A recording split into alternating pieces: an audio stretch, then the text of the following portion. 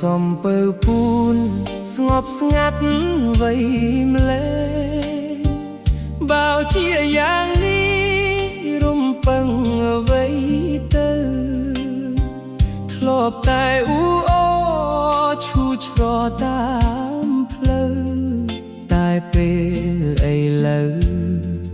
យំសឹងគ្រប់គ្នា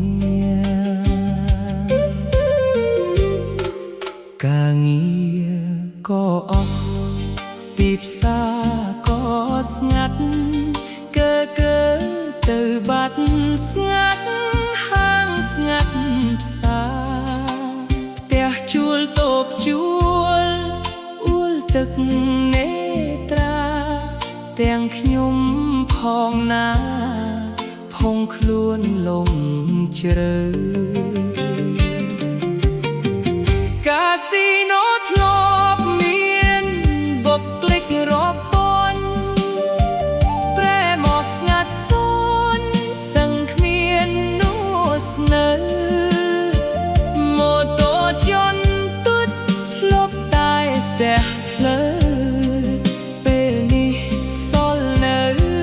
សំឡេងចាប់យំអគារវីឡាកាលមានគឺអង្គរុនទឺកាក្រាកជ្រៃធំឥឡូវដូចប៉ត់